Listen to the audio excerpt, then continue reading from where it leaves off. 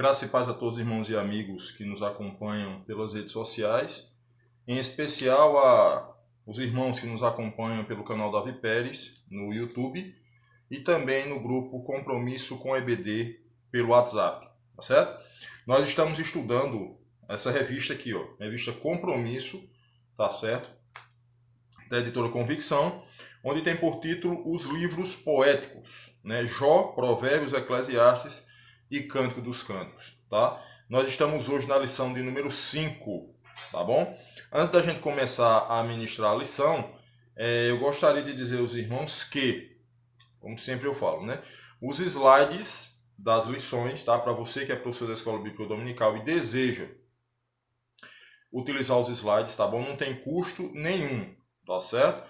A única coisa que você tem que fazer é estar como membro do nosso grupo Compromisso com a EBD lá no WhatsApp, tá bom? O número para você estar solicitando o seu ingresso no grupo é o 839-9924-9830, tá certo? Se você desejar falar conosco, tá bom? Nosso número particular é 839-9117-8811. E você que é empresário, você que é comerciante, que tem uma logomarca, né, que tem o seu logotipo, e deseja que a sua marca apareça no rodapé dos nossos vídeos, tá bom? Você entra em contato com a gente e a gente vai ver a melhor condição possível para que em menor tempo possível a sua marca ela possa estar em visualização, tá certo? Eu estou muito feliz, meus irmãos, porque as pessoas, quando tem canal no YouTube, eles querem muitas visualizações, tá certo? E eu tive vendo esses dias aí que tanta bobagem na internet, tanta besteira na internet. E o povo tem visualização de vídeos com 300 mil visualizações, certo? 1 milhão de visualizações, 7 milhões, como eu vi ontem à noite. Agora, bobagem, coisa que não tem fundamento nenhum, tá certo? E eu estou muito feliz porque os nossos vídeos, tá?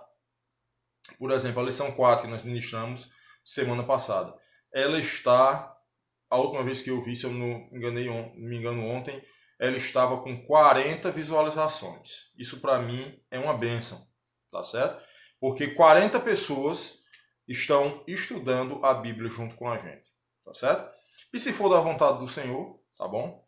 Quanto mais pessoas puderem visualizar, melhor, né? A palavra de Deus ela vai estar sendo propagada. Mas eu estou muito feliz porque os nossos vídeos estão tendo, mesmo que poucas visualizações, mas as pessoas que estão visualizando, estão vendo, estão gostando, estão se inscrevendo, tá certo? Nós já estamos com 801 inscritos no nosso canal, para a glória de Deus, tá certo? Pretendemos, até o mês de junho agora, se Deus assim permitir, a gente alcançar os 1000 inscritos, tá certo?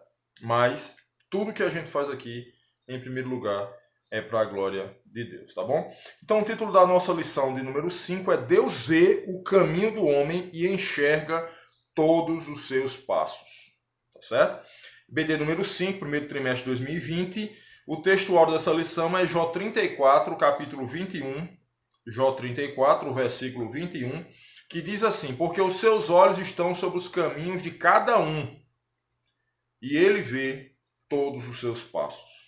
Jó 34, 21. Então, esse texto, ele descaracteriza aquela impressão, tá certo? De que muitas pessoas têm de que podem fazer alguma coisa escondida. Tá certo? Você pode fazer alguma coisa escondida do pastor da sua igreja, você pode fazer alguma coisa escondida do seu pai, da sua mãe, de uma pessoa que exerce autoridade sobre você. Você pode fazer. Isso aí muita gente faz. Porém, jamais você conseguirá fazer algo escondido do Senhor. Deus, ele vê todas as coisas. Tá? O salmista, ele disse, se eu descer ao mais profundo do abismo, tu ali estás. Se eu subir aos mais altos céus, tu também ali estarás. Então, não tem possibilidade do homem se esconder dos olhos do Senhor. Tá certo? A nossa introdução ela diz o seguinte, nesses 6 capítulos se encerra o discurso dos 3 amigos de Jó, que estavam de certa forma pasmos com a coragem de Jó em falar com tanta ousadia com e sobre Deus. Naquele momento de angústia, de dor de Jó, de sofrimento, nós podemos ver que os amigos de Jó, eles entenderam, eles viram que Jó, ele falava com Deus e falava sobre Deus. Meus prezados irmãos e amigos, a gente precisa entender o seguinte. Momento de dificuldade todos nós temos. Momento de angústia todos nós temos. Mas o importante é que nesses momentos, quando vi, tá certo? O Salmo 23 diz assim, o Senhor é meu pastor e nada me faltará. Deitar-me em verdes pastos. Guia-me mansamente às águas tranquilas. Refrigera a minha alma. Guia-me pelas veredas da justiça por amor do teu nome. Ainda que eu andasse pelo vale da sombra e da morte, eu não temeria mal algum, porque tu estás comigo. Lembrem que o Salmo ele começa dizendo que o Senhor é o nosso pastor e nada irá nos faltar. Deitar-me faz em verdes pastos, um local excelente, lindo, maravilhoso, aconchegante. Mas no meio do Salmo, o salmista ele diz, ainda que eu ande pelo vale da sombra da morte, eu não temerei mal algum, porque tu estás comigo. Lembre-se, meu irmão, o momento difícil, a angústia, a tribulação, a dor, mais cedo ou mais tarde ela vai vir. Tem um pastor que é membro da minha igreja, da igreja que eu faço parte aqui na Paraíba, que ele pregou agora no mês de janeiro. E ele disse uma coisa que não saiu da minha cabeça, o pastor Petrônio, tá certo? O qual, se estiver vendo o vídeo, eu mando um abraço para ele. O pastor Petrônio ele disse uma coisa que eu não esqueci. Ele disse assim, não corra atrás de problema. Não se preocupe, eles vão vir. Isso é uma verdade. Não corramos atrás de problemas, eles vão chegar. De uma hora ou em outra, os problemas vão vir. Tá certo? Então aqueles amigos de Jó estavam pasmos, perplexos, porque viram a situação de Jó. E mesmo assim, Jó falava com Deus e Jó falava sobre Deus. Então isso é importante. No momento da angústia, da tribulação, do sofrimento, fale com Deus. Fale sobre Deus. Certo? No capítulo 32, de 1 a 6, aparece um quarto amigo, por nome Eliú. Tá certo? Nos outros versos, nos outros capítulos, a gente não via falar sobre esse amigo aqui, Eliú. Tá? Filho de Baraquel, o Buzita. Aí eu coloquei aqui somente para uma questão de curiosidade, tá certo? Em húngaro, Buzita é um município da Eslováquia, situado no distrito de Košice Okolie, tá certo? Está lá na Eslováquia, na região de Košice. Tem 19,86 km² de área e sua população em 2018 foi estimada em 1.202 habitantes. É um vilarejo, né? Na verdade, é um local pequeno, tá certo?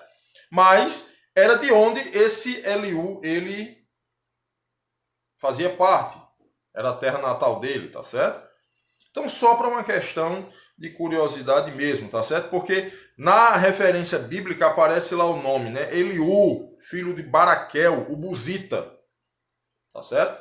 Então para que os irmãos entendam essa palavra Buzita, tá certo? Em húngaro, Buzita tal, um município da Eslováquia. Então isso aqui era uma cidade, é uma cidade da Eslováquia, que muito pequeno, 19,86 km², tá certo? E 1.202 habitantes. Em 2018 foi estipulado essa quantidade. Apesar de seu nome não ser citado, o mesmo esteve presente em todo o tempo.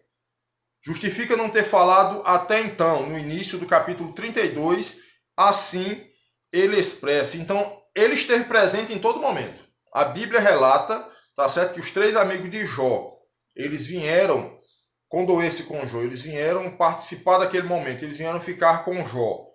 Mas, apesar do nome de Eliú não ter sido citado naquele início lá, mas a referência diz que ele estava presente, participando de todo aquele momento, e expressa o seguinte: então aqueles três homens cessaram de responder a Jó, porque era justo aos seus próprios olhos.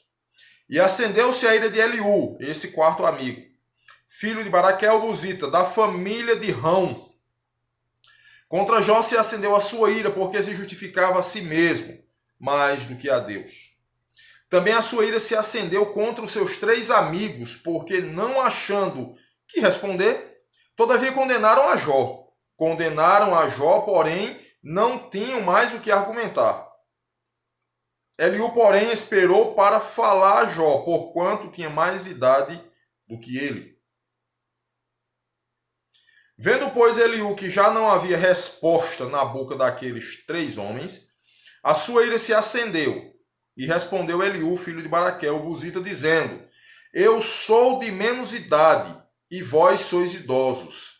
Receei-me e temi de vos declarar a minha opinião. Então, na verdade, o que é que Eliú está dizendo aqui? Ele está dizendo: eu sou mais jovem do que vocês 3. Tá?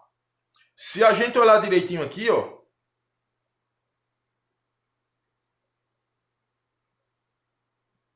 Deixa eu só pegar o texto aqui, tá?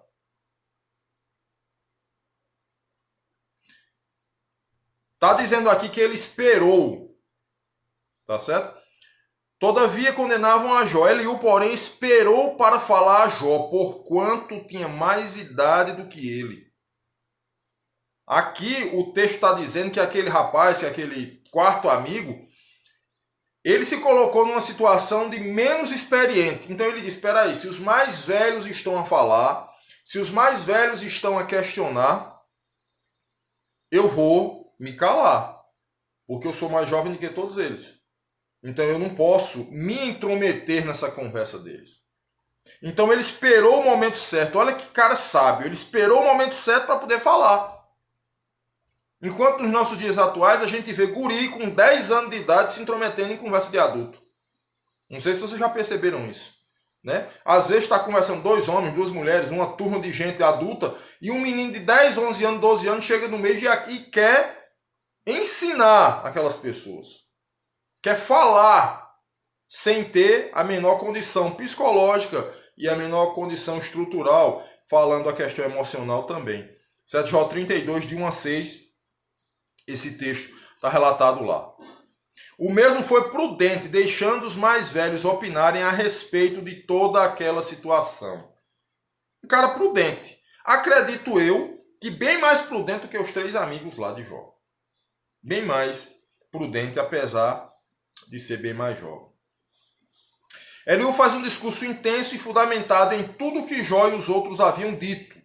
Podemos até fazer um resumo com os 4 pontos abordados por ele em sua fala. Quais foram os pontos que foram abordados por Eliú na sua fala? Eliú fica irado com Jó e seus 3 amigos. Esse é um dos pontos da fala, né? Do resumo de Eliú. Eliú reivindica seu direito de falar, certo? Ele chegou e disse assim: já que vocês mais velhos falaram, não tem mais nada para falar não, agora eu vou falar. Reivindicou. Eliú chama a atenção de Jó. Eliú justifica a Deus. Ele não acrescentou nenhum argumento novo, só expôs os mesmos apresentados por Jó e seus amigos. Não tinha o que apresentar de novo ali.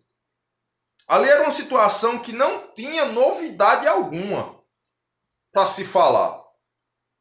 Não tinha. Apesar dos amigos de Jó estarem o condenando de pecado, sem ele ter pecado, Eliú estava vendo tudo aquilo ali. Então Eliú disse: não tenho outro argumento, eu não tenho justificativa, eu não tenho como condenar. Eu não tenho mais o que falar, não tinha mais o que ser acrescentado ali. Tá certo? Não tinha mais o que ser acrescentado.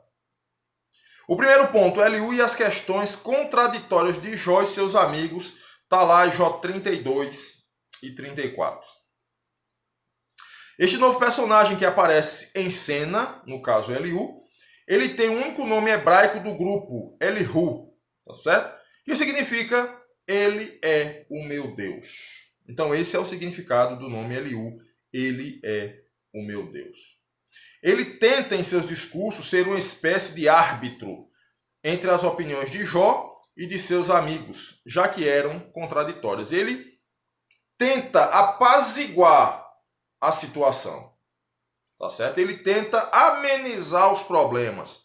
Ele tenta colocar ordem na coisa ali, tá certo? Porque a discussão de ideias estava pesada, tá certo?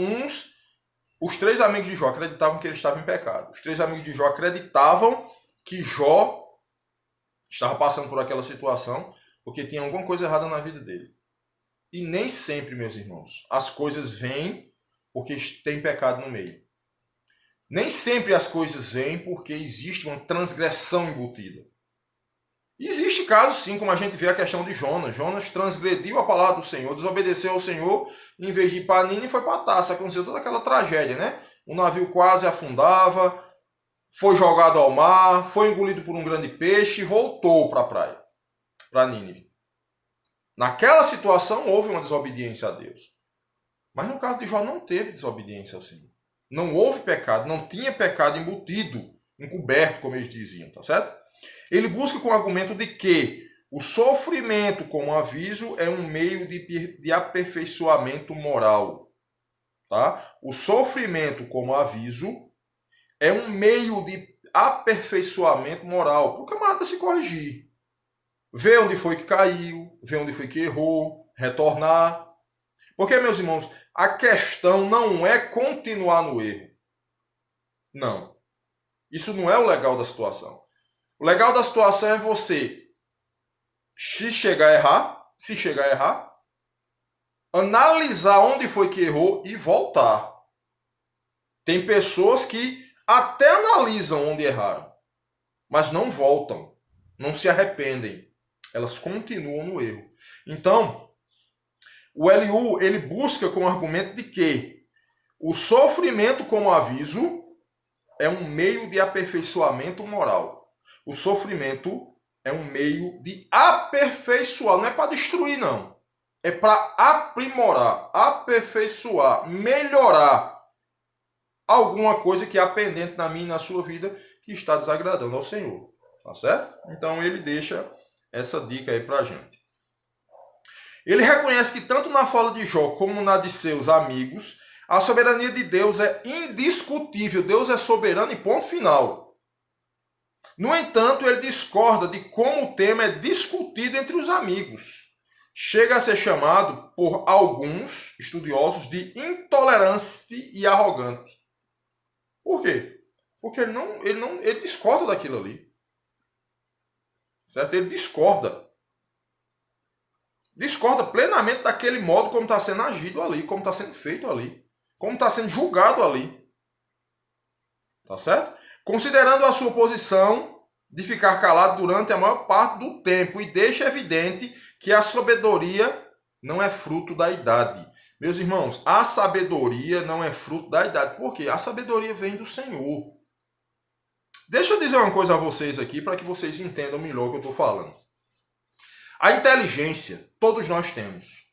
Uns têm mais, outros menos. Agora, a sabedoria, ela vem do Senhor. A inteligência, ela é uma parte integrante do ser humano. Nós temos livre-arbítrio. Nós somos imagem e semelhança do Criador. Inteligência. Temos essa inteligência. Agora, sabedoria só provém do Senhor. Então, a sabedoria não é fruto da idade. Muitas vezes um jovem de 20 anos, buscando ao Senhor, caminhando com Deus, andando com Deus, ele muitas vezes é muito mais sábio do que um cidadão de 70 anos, que tem uma experiência enorme de vida. Mas muitas vezes, o de 70 anos pode ser até inteligente. Claro que todos nós somos. Uns mais, outros menos, mas temos inteligência. Agora, sabedoria. Aquele homem de 70 anos pode nunca ter buscado ao Senhor. Então, ele não vai ter sabedoria. Ele não é uma pessoa sábia. Ele pode ser uma pessoa inteligente. Tá certo? Pois, enquanto se calara, esperando ouvir uma boa palavra dos anciãos, nenhuma boa coisa foi ouvida, razão de sua indignação. Ele procurou, ele parou, ele ouviu, mas não viu nenhuma coisa boa sair da boca daquele povo. Com relação a Jó. Vocês veem que aqueles homens exaltaram a Deus, você vê que aqueles homens glorificaram a Deus, vocês viram que aqueles homens, eles enalteceram ao Senhor, claro. Se lê aí o argumento deles. Eles falaram isso. Mas eles estavam acusando a Jó. Eles estavam dizendo que Jó estava em pecado. Eles estavam dizendo que Jó precisava confessar o seu pecado. E Jó não estava em pecado. Então, tudo aquilo que ele ouviu foi o motivo da razão da sua indignação. Ele era o fruto de uma cultura em que a sabedoria estava com os anciãos. Ele era o fruto, ele vinha de uma cultura em que os anciões eram sábios. A ideia da cultura era que a sabedoria vinha dos anciãos. Tá certo? E respondeu Eliú, filho de Baraquel, o Buzita, dizendo: eu sou de menos idade e vós sois idosos. Receei-me e temi de vos declarar a minha opinião, Jó 32:6. Porque ele vinha de uma cultura em que, em qualquer situação, os anciãos tinham razão, eles tinham sabedoria, eles eram mais velhos, eles tinham mais experiência de vida. E isso, infelizmente, hoje, nos nossos dias, a gente vê que está escasso. Tá certo? Hoje em dia, os mais jovens querem ensinar aos mais velhos, em termos de práticas de vida, em termos de vivência, experiência de vida. E nem sempre é assim, tá certo? A sabedoria não se resume aos anos de vida, mas na sabedoria do Senhor. Entendimento que ele dá a todos que o buscam, quando ele afirma. O que é que ele afirma? Na verdade, é um espírito no homem, e a inspiração do Todo-Poderoso o faz entendido. A sabedoria do Todo-Poderoso o faz entendido. Está lá em Jó 32:8. Na verdade, é um espírito no homem, e a inspiração do Todo-Poderoso o faz entendido. Se Deus estiver caminhando com o homem ele se torna um homem sábio. Por quê? Porque ele está balizado no Todo-Poderoso. Tá certo? Jó 32, o verso 8. Toda a sabedoria vem do Senhor. O temor do Senhor, isso aqui são alguns textos, tá certo? Para a gente poder analisar. O temor do Senhor é o princípio da sabedoria e o conhecimento do santo, a prudência. O temor ao Senhor é o princípio de toda a sabedoria. Quer ser sábio? Tema ao Senhor. Está lá em Provérbios 9:10. Entendo mais que os antigos, porque guardo os teus preceitos. Está lá em Salmo 119:100. O que é que o salmista está dizendo aqui? Entendo mais que os antigos, porque guardo os teus preceitos. Significa dizer aquilo que Eliú falou. Tá certo? Eu sou jovem aí, eu não vou me intrometer na conversa de vocês, vocês são anciãos. Tá certo? Mas aqui está dizendo que o jovem, se ele estiver debaixo da potente mão de Deus, ele tem mais entendimento do que os antigos, porque ele se torna uma pessoa sábia, está balizado debaixo da mão do Todo-Poderoso. Sabedoria independe de idade cronológica, mas do temor ao Senhor. Paulo exorta a Timóteo. O que é que Paulo exorta a Timóteo? Ninguém despreze a tua mocidade, mas sê o exemplo dos fiéis na palavra, no trato, no amor, no espírito, na fé e na pureza. Olha o que é que Paulo diz a Timóteo aqui. Ninguém despreze a tua mocidade. Ninguém te despreze porque você é jovem demais. Mas ser exemplo dos fiéis. Exemplo em quê? Na palavra, no trato, no amor, no espírito, na fé e na pureza. Paulo disse: seja sábio, tema ao Senhor e seja exemplo aos mais fiéis. Está lá em 1 Timóteo 4:12. Eliú passa aqui a repreender Jó quando afirma. Como é que Eliú repreende a Jó? Ele afirma assim: assim, na verdade, ó Jó, ouve as minhas razões e dá ouvido a todas as minhas palavras. Eis que já abri a minha boca, já falou a minha língua debaixo do meu paladar. As minhas razões provam a sinceridade do meu coração, e os meus lábios proferem o puro saber. O Espírito de Deus me fez, e a inspiração do Todo-Poderoso me deu vida. Se podes, responde-me, põe em ordem as tuas razões diante de mim, e apresenta-te. Eis que vim de Deus, como tu, do barro também eu fui formado.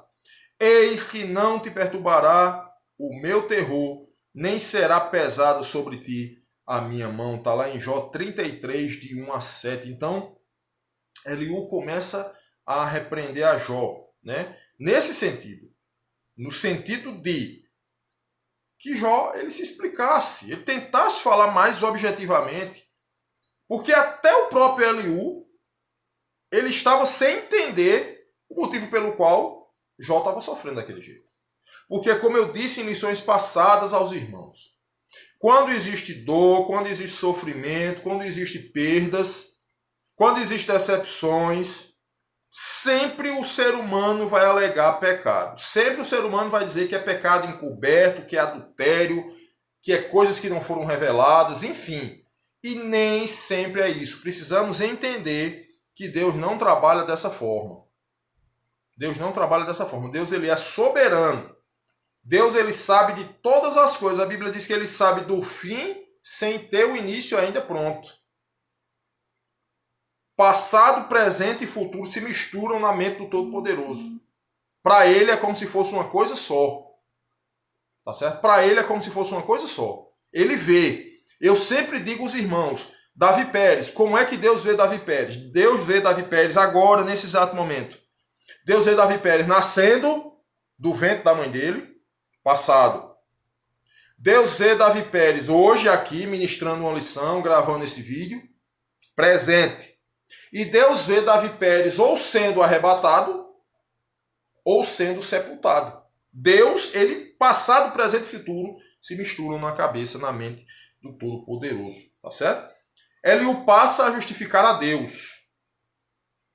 Portanto, vós, homens de entendimento, escutai-me, longe de Deus esteja o praticar a maldade e o Todo-Poderoso o cometer a perversidade. Ele está dizendo, não, Deus não vai fazer isso. Deus não vai usar de maldade com ninguém.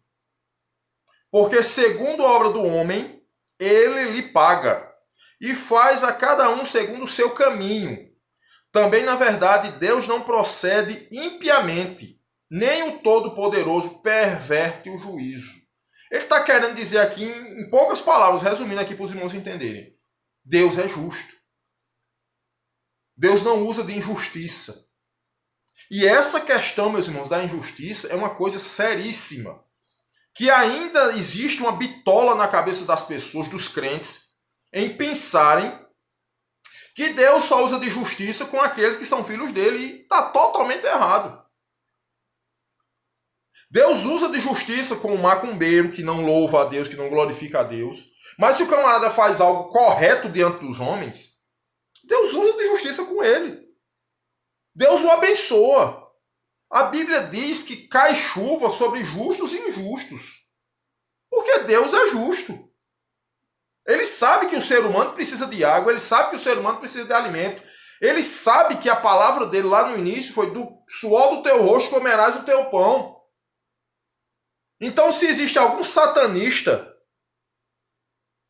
que é satanista, ele pode não conseguir a salvação, ele pode não se salvar, porque a salvação só vem através de aceitar Jesus como Senhor da vida. Mas o satanista lá, ele é um cara trabalhador, ele se levanta 5 horas da manhã, ele organiza sua casa, ele é um cara prudente, ele é um cara que paga suas contas, ele é um cara que gosta de andar corretamente nesse mundo, então ele vai ser abençoado. Deus vai usar de justiça com ele. Agora, com relação à salvação, é outra história.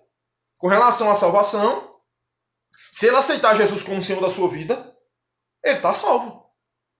Agora, se ele permanecer glorificando e exaltando a Satanás, a Bíblia diz que ele está condenado.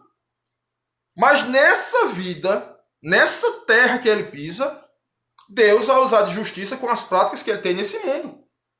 Honestidade, sinceridade, trabalho, esforço, Deus vai honrá-lo. Agora, com relação à vida eterna, aí é outra história.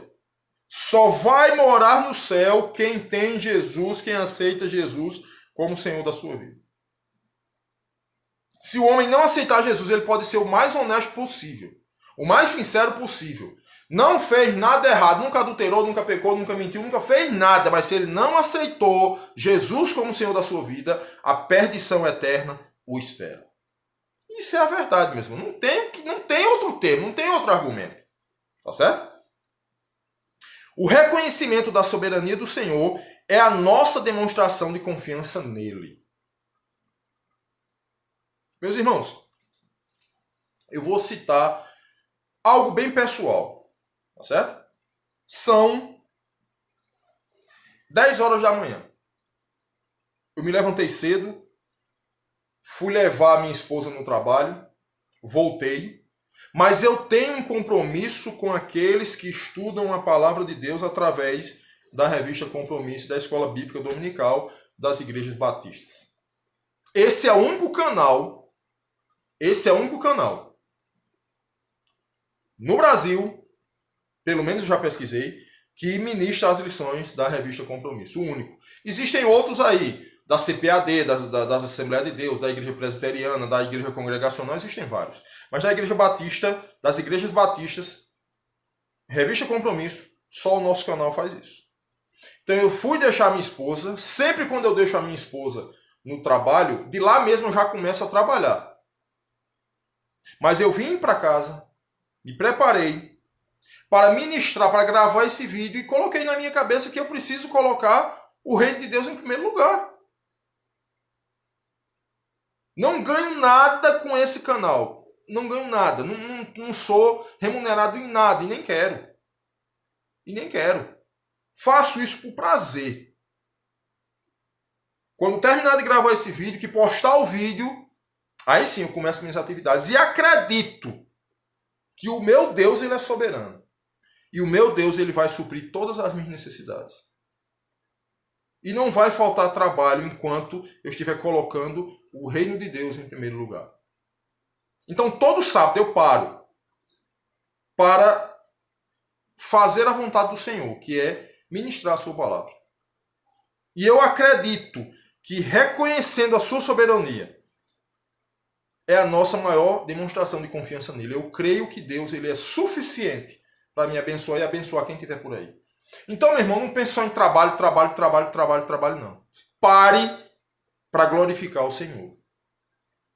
Pare para glorificar o Senhor. Então, eu quis, com esse exemplo, exemplificar esse ponto aqui. O reconhecimento da soberania do Senhor é a nossa demonstração de confiança nele. Plena nele. Eu confio plenamente que o Senhor vai suprir as minhas necessidades. Estou aqui fazendo aquilo que ele manda fazer. Então, se eu estou fazendo para ele, eu não estou fazendo para ninguém, eu estou fazendo para o Senhor. A Bíblia diz que ele vai nos abençoar. Então, a confiança, entendendo que o Senhor é soberano, o entendimento, o reconhecimento dessa soberania, é entender a nossa confiança plena nele. Tá certo? O segundo ponto da lição. Os pecados do homem não afetam a Deus, mas o próprio homem. Tá certo? Os pecados nossos pecados não afetam ao Senhor. Não afeta nada a Deus. Afeta ao próprio homem. Está lá em Jó capítulo 35. No capítulo 35, a referência ao pecado como sendo a razão de todo o mal fica mais evidente no discurso de Eliú. Olha o que foi que Eliú falou. Tens por direito dizeres, maior é a minha justiça do que a de Deus? Não. O homem, ele não é justo. O homem é justificado pelo Senhor. Ele não é justo. Ele é justificado. Porque disseste, de que me serviria? Que proveito tiraria mais do que o meu pecado? Eu te darei resposta a ti e aos teus amigos contigo. Atenta para os céus e vê, e contempla as mais altas nuvens, que são mais altas do que tu. Ele quis dizer assim, está lá. Deus mantém, Deus sustenta. Se pecares, que efetuarás contra ele? Nada. Se as tuas transgressões se multiplicarem, que lhe farás? Nada. Se fores justo, que lhe darás? Ou que receberá ele da tua mão? Nada. Deus não recebe nada da mão do homem. Pelo contrário, é o homem que depende do Senhor. Deus, ele não depende do ser humano. Deus, ele conta com a gente. Eu estou aqui ministrando uma lição para que todos entendam melhor, para que a gente possa estudar a Bíblia juntos. Isso é uma função. Eu estou fazendo isso. Mas Deus não depende de mim para fazer isso, não. Se eu não quiser fazer, ele levanta outro. Ele tira Davi de cena, então eu vou levantar outro. Mas ele conta comigo. Tá certo? A tua impiedade faria mal a outro tal como tu, e a tua justiça aproveitaria ao filho do homem. Deus, ele não depende de justiça do homem. Deus, ele não é influenciado pelo pecado do homem. Deus, ele não é beneficiado pela justiça do homem. Não, o homem não tem. O homem é justificado pelo sangue de Cristo, pelo sacrifício na cruz do Calvário. Então o homem não tem o que oferecer ao Senhor. O que darei eu ao Senhor por todos os benefícios que ele tem me feito? Nada.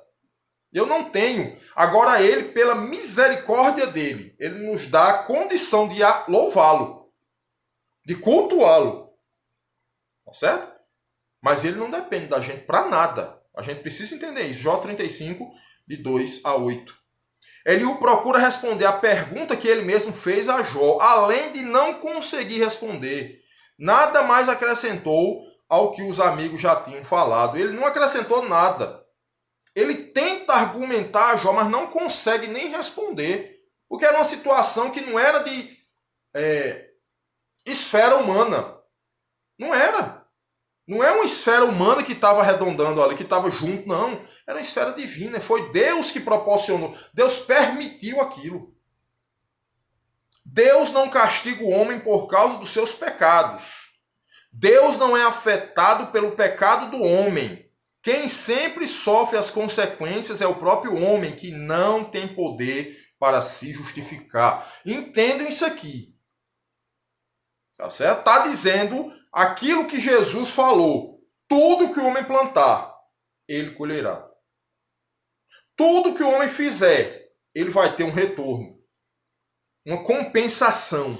Se ele fez coisas boas, vai vir coisas boas para ele. Se ele fez coisas más, vai vir coisas más para ele. Quer um exemplo bem claro? Plante um pé de feijão. O que é que vai nascer desse pé de feijão? Vai nascer milho? Vai nascer arroz? Não, vai nascer feijão. Plante uma coisa boa, faça coisas boas e você vai ter retorno em coisas boas. Isso não é pensamento positivo não, meu irmão. Isso é a Bíblia Sagrada. Isso é a Bíblia Sagrada. Então ele está dizendo que Deus não castiga o homem. Não é que ele está dizendo que Deus não repreende. Não é isso que ele está dizendo. Ele está dizendo assim que as nossas próprias atitudes é que vão nos trazer o retorno às consequências. É isso que Eliú está dizendo aqui. Tá certo? Para ficar bem claro. Porém ninguém diz, onde está Deus que me criou? Que dá salmos durante a noite. Que nos ensina mais do que os animais da terra e nos faz mais sábios do que as aves dos céus. Clamam, porém ele não responde, por causa da arrogância dos maus. Certo é que Deus não ouvirá a vaidade, nem atentará para ela o Todo-Poderoso. Significa dizer que quando Deus olha para o homem, Deus olha e vê. Um dia eu fiz uma comparação simples para que as pessoas que estavam na classe, onde eu estava ministrando assim, entendessem, tá certo? Eu uso óculos, certo? Suponhamos que isso não vai acontecer, isso não existe, eu sou uma simples criatura, suponhamos que eu tiro o óculos e eu seja Deus, tá certo? Eu estou vendo aqui o ambiente que eu estou vendo um ambiente embaçado. Por quê? Eu preciso da lente corretiva para poder enxergar melhor. Suponhamos que eu fosse Deus. Eu estou vendo, olhando para o ser humano, estou vendo algo embaçado, é o pecado. Porque Deus ele não coabita com o pecado. Mas veio Jesus, morreu na cruz, verteu o seu sangue, deu vida à humanidade, salvou a humanidade. O que é que acontece? Deus, na sua santidade, Deus olha para o ser humano e está vendo tudo embaçado. Aí eu coloco o óculos. Eu começo a ver perfeitamente. A moral da história, onde eu quero chegar. Deus, quando ele olha para o homem, ele vê algo embaçado. Ele vê pecado. É o que o texto está dizendo aqui, Jó 35, de 10 a 13. Ele vê pecado. Ele vê transgressão. Porque o homem é pecador. Mas ele, quando lembra do sacrifício de Cristo, quando ele lembra que o filho dele morreu na cruz para dar vida ao povo, para dar vida àqueles que aceitaram o sacrifício e aceitaram Jesus como Senhor, Jesus é um óculos que faz com que Deus enxergue o homem perfeitamente, que faz com que o sangue de Jesus Cristo justifique o homem. Então, para que os irmãos entendam, Deus é santo, não tem como o homem se justificar diante de Deus, a não ser aceitando o sacrifício de Jesus Cristo na cruz do Calvário. Se Deus somente atendesse a oração dos que confessarem os seus pecados, todos os homens estariam perdidos, pois o homem, por mais que deseje andar em retidão, sempre comete pecados, mas Deus é perdoador e não leva em conta a fragilidade do homem, e assim tenhamos plena confiança nele. Deus ele não leva em conta a fragilidade do homem quando o homem aceita Jesus como Senhor da sua vida. Tá certo? Eu quero deixar isso bem claro. Eu aceitei Jesus como Senhor da minha vida. Eu tenho falhas, eu peco todo dia, eu faço bobagem, eu piso na bola. Então Deus, ele entendendo que eu aceitei Jesus como Senhor da minha vida e entendendo que eu me arrependi daquilo que eu cometi hoje, ele não leva em conta essa fragilidade. Mas o homem, quando ele não aceita Jesus como Senhor, Deus leva sim em conta essa fragilidade. Claro que leva. Porque o homem, ele tem um livre-arbítrio. Ele todos os dias está ouvindo que Jesus é caminho, verdade e vida. Ele precisa se arrepender dos seus pecados. Então essa fragilidade, Deus vai levar em conta sim. Agora, do homem que aceita Cristo como Senhor, essa fragilidade, Deus ele não leva em conta. Porque o indivíduo ele se arrepende, ele volta atrás, ele entende que é um pecador, ele entende que é impuro, ele entende que diante do Senhor ele não é nada. Então é isso aqui o que o texto está querendo falar. Terceiro ponto, reconhecendo a majestade de Deus. Jó 36, 37. Neste quarto e último discurso, Eliú não se preocupa mais com o sofrimento de Jó. Agora ele está refletindo sobre o poder do Senhor, sua majestade, sua justiça e seu amor para com todos. Ele exalta ao Senhor quando afirma: eis que Deus é muito grande, contudo a ninguém despreza. Grande é em força e sabedoria. Está lá em Jó 36, 5. Deus ele é grande. Não existe outro Deus além dele. Não existe ninguém acima do Senhor. Ele é suficiente, ele é autossuficiente. Ele não precisa de ninguém, mas ele não despreza as suas criaturas. Está lá em Jó 36, 5. Agora Eliú abandona as críticas severas feitas a Jó e a seus amigos e conduz toda a sua fala na direção do reconhecimento de que, em todo tempo, o Senhor visa o bem do homem. Em todo tempo, Deus visa o benefício do homem. E que sua majestade é incontestável. Deus é soberano. Declarando que todos os homens contemplam as obras do Senhor e ficam admirados diante da criação. Quem não se admira diante da criação? Quem não se admira quando chega diante de um pé daquele pé? Tem aquelas flores, um tem flores amarelas, outro tem flores vermelhas. Meus irmãos, aquilo é uma obra-prima da natureza.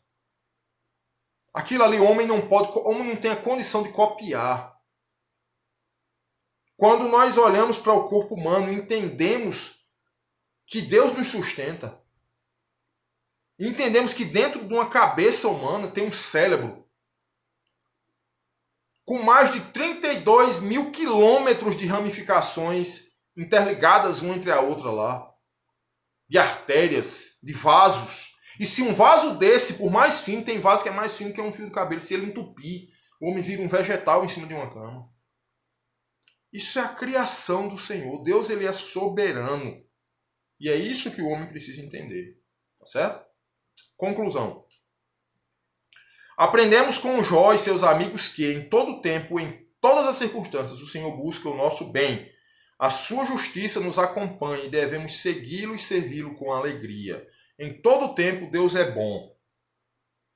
Como Eliú, nós devemos reconhecer que Deus é o Senhor de todas as estações, de todas as ações do universo. Em sua conclusão, no capítulo 37, nós lemos: por isso o temem os homens. Ele não respeita os que se julgam sábios de coração. Os homens têm de temer a Deus. Os homens têm de entender que por maior que seja o anel que esteja no dedo, por maior que seja a graduação, por maior que seja a patente, Deus é soberano sobre todas as coisas e ponto final. Jó 37, 24. Então, meus irmãos, essa foi a nossa lição de número 5, tá certo? Para domingo que vem, nós estaremos ministrando a lição de número 6. A voz de Deus é ouvida.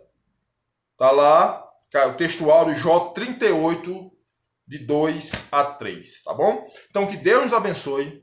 Que nós possamos ter uma vida que honre e glorifique o nome de Deus. Estude.